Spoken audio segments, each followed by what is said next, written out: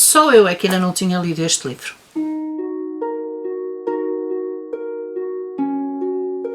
Olá, eu sou a Maria João do Livros Gosto e hoje venho-nos falar sobre o livro Um Homem Chamado Ove, do Frederic Backman.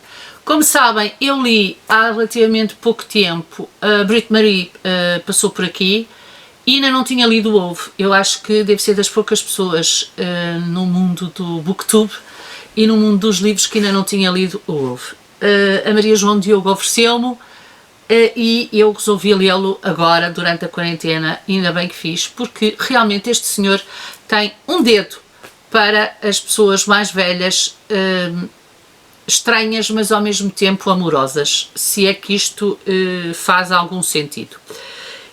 Eu dei 5 estrelas ao Ove, que acho que é quase, penso que será unânime, e o Ove conta a história de um velhote que está viúvo.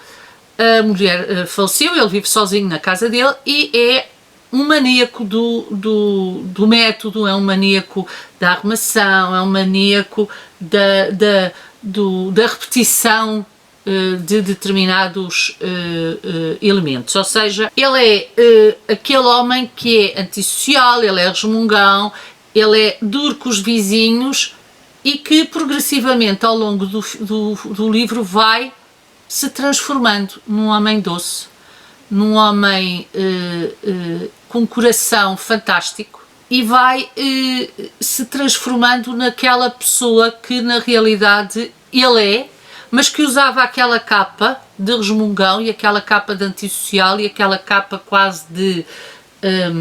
eu quase que me atreveria a dizer que ele no princípio do livro é...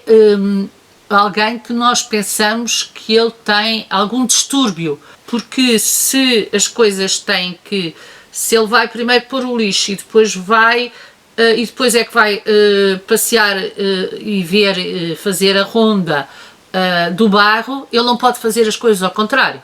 E portanto essa obsessão que ele tem torna-se quase no início do livro patológico e depois progressivamente nós vamos percebendo que ele é o avô que todos nós queríamos ter.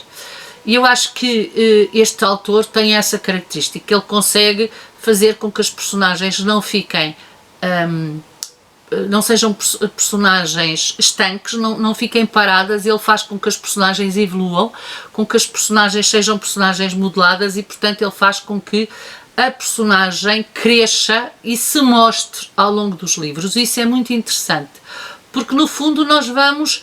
quase como se fosse uma cebola, tirando camadas até descobrir a essência do ovo. E depois ele tem uma escrita que, não sendo irónica, é uma escrita, não é divertida, mas é uma escrita que nos faz sorrir.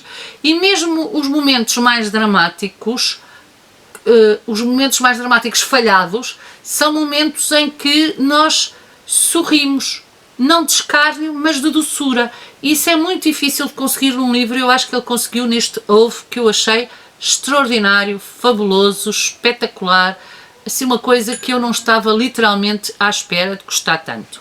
Por outro lado, é um livro onde se chora, é um livro onde a lágrima vem, porque a doçura do Ove é de tal maneira grande e a forma como ele progressivamente se abre para o mundo é de tal forma ternurenta que a lágrima tem que vir e não é possível não vir. No entanto, este é um livro sério, porque é um livro que fala da solidão dos mais velhos, é um livro que fala da confusão que às vezes essas pessoas fazem quando aqueles que lhes são um pouco mais novos o querem ajudar e que eles veem isso como benevolência, ou veem isso como uma diminuição das suas capacidades e não como um ato de solidariedade e um ato de apoio. É um livro muito sério sobre a viuvez e sobre o facto de duas pessoas viverem uma vida inteira juntas, felizes, e depois de repente ficarem sozinhas, principalmente quando não há filhos ou quando os filhos estão ausentes. E portanto acaba também por ser um livro muito sério. Portanto é um livro que me encantou e é um livro que me encheu, por todas estas vertentes que de repente se me perguntassem num determinado momento que eu estava a ler.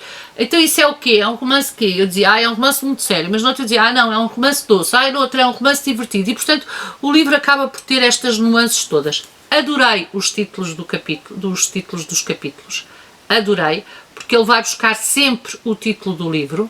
Um homem chamado Ove e um intruso, um homem chamado Ove e um gato incómodo na neve, um homem chamado Ove, portanto,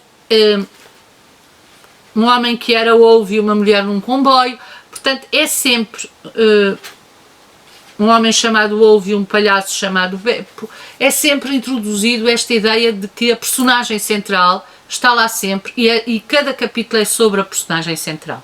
Mesmo quando esta personagem tem que ceder alguns elementos aos outros e tem que ceder alguma do protagonismo aos outros. E isso é uma coisa que o Ove também tem dificuldades.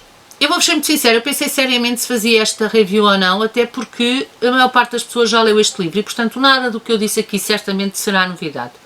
No entanto, se houver alguém que ainda não leu este livro, se houver alguém em Portugal que ainda não pegou neste livro, então eu vou fazer minhas as palavras de todos aqueles que nestes últimos tempos me têm feito a exclamação, ainda não lestes o livro, com arte de surpresa fantástica, e não vos vou fazer isso porque acho que já toda a gente vos fez, mas vou-vos dizer, leiam, vale muito a pena, é um livro fantástico, não percam este Ove e não percam a doçura deste livro e a doçura da escrita deste autor.